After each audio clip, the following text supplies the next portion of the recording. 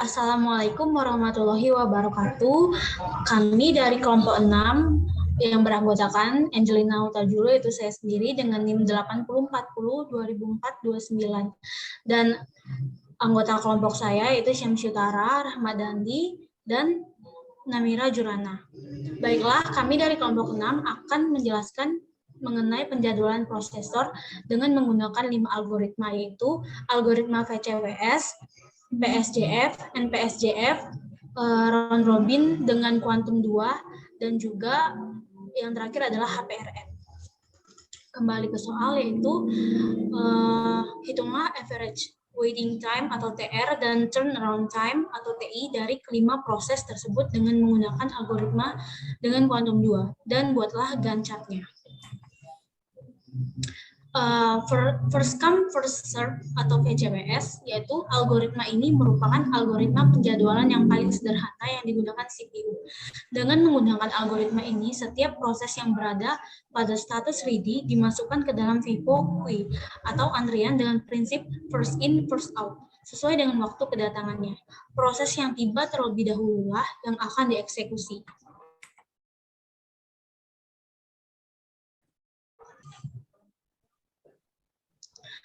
First come first serve. Untuk langkah pertama kita menjumlahkan burst time-nya. Itu lama prosesnya. Total burst time-nya itu 27.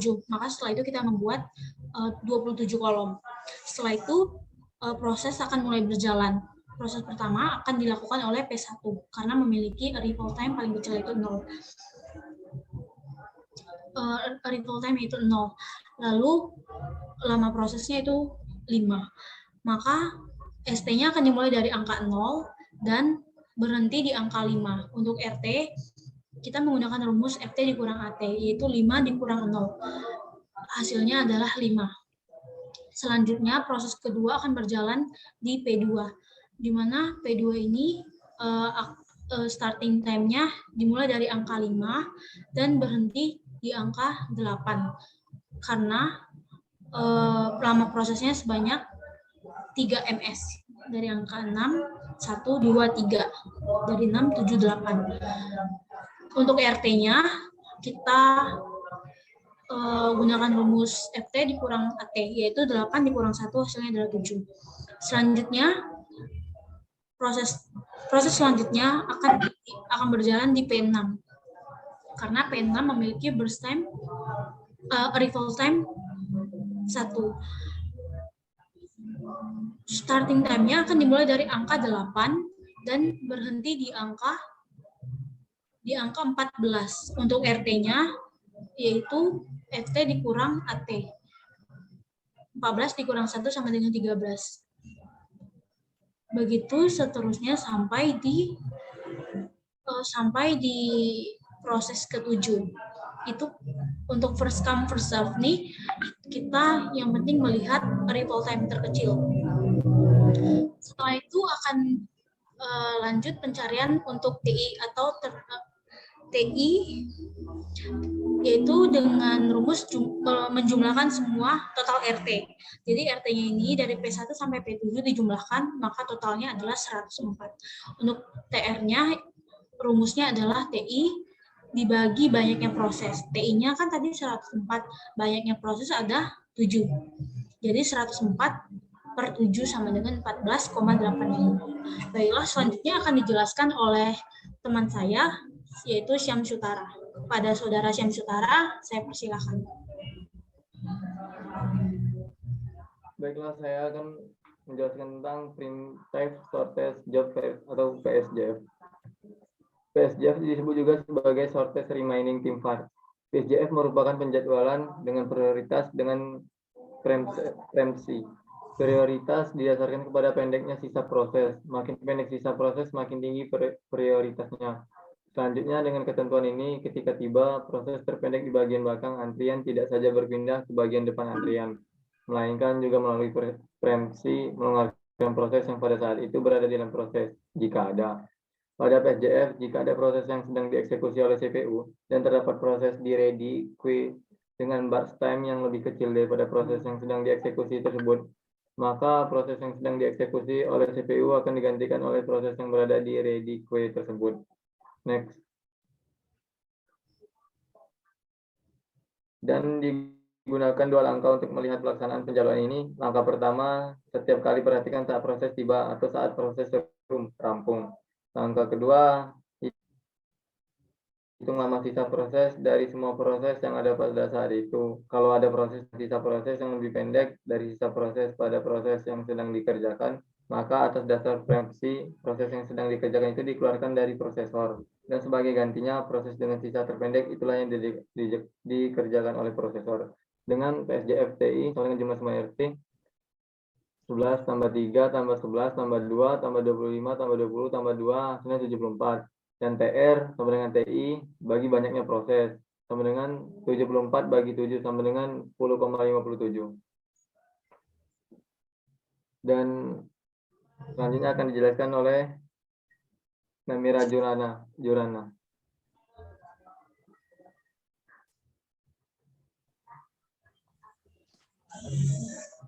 Primitive short job first. Bentar. Ini aku. Namira kan round robin. Oke. Oh iya. Oke.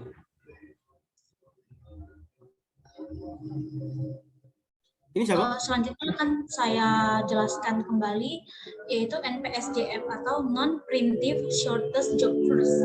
Dalam penjadwalan non-preemptive, setelah siklus CPU dialokasikan untuk proses menahannya hingga mencapai status menunggu atau dihentikan. Pertimbangan 5 proses berikut yang masing-masing memiliki waktu burst dan waktu tiba yang unik. Nah, NPSJF ini adalah antrian dengan prioritas proses yang terpendek atau tersingkat. Makin pendek proses, makin tinggi prioritasnya. Langkah pertama, next. Langkah pertama itu sama seperti FCFS, yaitu kita menjumlahkan total keseluruhan burst time-nya atau BT-nya. Itu totalnya adalah 27. Nah, selanjutnya itu kita melihat proses akan berjalan dimulai dari P1 karena P1 memiliki arrival time yang paling kecil yaitu 0. Lalu burst time-nya 5 untuk ST ini kan start time. Jadi dimulai dari angka 0 berhenti di angka 5 karena burst time-nya sebanyak 5. Untuk RT itu kita menggunakan rumus FT dikurang AT, yaitu 5 dikurang 0, hasilnya adalah 5. Nah, setelah itu kita melihat burst time yang terkecil, yaitu proses 4, P4, yaitu burst time-nya 1. Nah, maka start time-nya akan mulai dari angka 5, ini angka 5, dan berhenti di angka 6. Untuk RT-nya, kita gunakan kembali rumus yaitu FT dikurang AT. 6 dikurang 3 sama dengan 3. Untuk proses selanjutnya akan berjalan di P7. P7 setelah karena memiliki burst time yang lebih kecil yaitu 2. Untuk mencari ST, FT, dan RT itu sama dengan seperti mencari P1 tadi. Rumusnya sama saja. Yang penting kita melihat untuk proses selanjutnya itu P7, setelah itu adalah P2 karena P2 di sini burst time-nya 3. Terus nanti kita cari lagi yaitu P4 karena memiliki burst time 4, dan nanti terakhir adalah P5 karena memiliki burst time yang terbesar, yang paling besar yaitu 6 dari total proses yang ada. Untuk rumusnya kita sama saja menggunakan rumus FT dikurang AT itu untuk mencari RT. Nah, setelah itu kita mencari TI, yaitu menggunakan rumus jumlah seluruh RT. Seluruh RT ini dijumlahkan yaitu P1 sampai P7 itu 5 tambah 10 tambah 11 tambah 3 tambah 25 tambah 20 tambah 3 hasilnya adalah 77.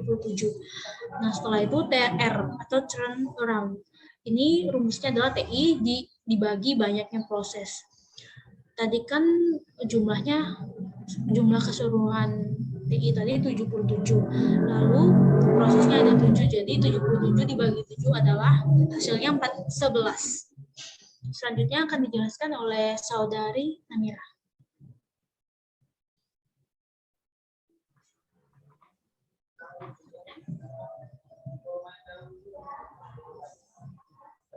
Mic-nya tolong. Wih, mic-nya. Astaga. Oke. Round Robin. Round Robin merupakan salah satu algoritma penjadwalan yang paling sederhana untuk proses dalam sistem operasi. Seperti umumnya, istilah ini digunakan, irisan waktu ditugaskan untuk setiap proses pada porsi yang sama dan dalam urutan melingkar. Menjalankan semua proses tanpa dikenal juga sebagai eksekutif, penjadwalan round robin itu sederhana, mudah diterapkan, dan bebas starvation. Algoritma ini berjalan dengan menggilir proses yang ada pada antrian. Setiap proses akan mendapat jatah sebesar time kuantum. Jika time kuantumnya hanya habis atau proses sudah selesai, CPU akan dialihkan ke proses yang selanjutnya. Tentu proses ini cukup adil karena tak ada proses yang diprioritaskan. Semua prosesnya dapat jatah waktu yang sama dengan CPU, yaitu 1 per N, dan tak akan menunggu lebih lama dari N per 1. Q dan Q adalah lama 1 kuantum. Round robin kuantum, TI jumlahnya semua RT 23 tambah 15 tambah 18 tambah 6 tambah 25 tambah 24 tambah 8 hasilnya 119.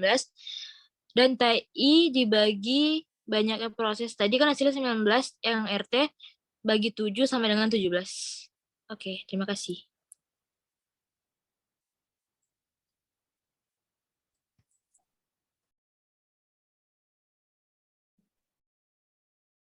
Mic-nya.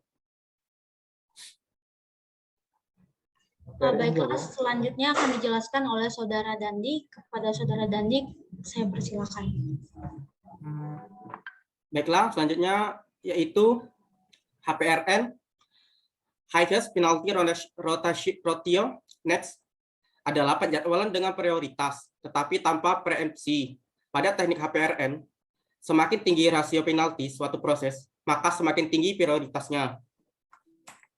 Untuk pembahasan soalnya, di sini semua anggota BT-nya dijumlahkan.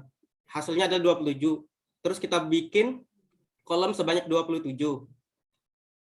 Terus karena di sini arrival time-nya paling kecil adalah P1, maka kita menjalankan P1. ST dimulai dari 0 dan finish FT-nya diakhiri dari 5, maka sini berjalan sebanyak 5. 5 dikurang 0 sama dengan 5. Selanjutnya, kita bisa lihat di tabel sini. 5 ini didapatkan dari hasil finish time proses tadi yang sebelumnya. 5 dikurang 1. Untuk P2, 1 didapatkan dari ini. 4, 3, 2, 1, 5 ini juga didapatkan dari arrival time untuk proses yang lainnya. Untuk rasio penaltinya, hasil 5 dikurang 1 sama 4. Maka 4 dikurang 3. 3 ini didapat dari burst time P2. Dan dibagi juga 3. Maka hasilnya 2,33. Untuk proses yang lainnya juga sama, seperti itu. Setelah itu kita lihat dari semua hasil sini, yang mana paling besar, maka itu yang diambil. Dan di sini yang paling besar adalah P4. Maka kita akan menjalankan P4. Karena burst time-nya 1, maka kita akan menjalankan 1 untuk prosesnya. Selanjutnya juga seperti itu. Tapi di sini kita mulai dari 6 karena sebelumnya finish time-nya berakhir di 6. 6 dikurang 1 untuk P2 didapat dari arrival time sama dengan 5. 5 dikurang 3.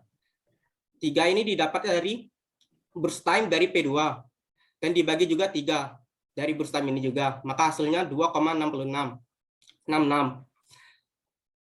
Di sini karena di sini yang paling besar adalah 2,66 P2, maka kita akan menjalankan P2. Burst time-nya adalah 3, maka dia akan jalan sebanyak 3 dan berakhir di 9. Maka di sini kita kemudian dari 6 dan di sini ditulis 9. 9 dikurang 1 sama dengan 8.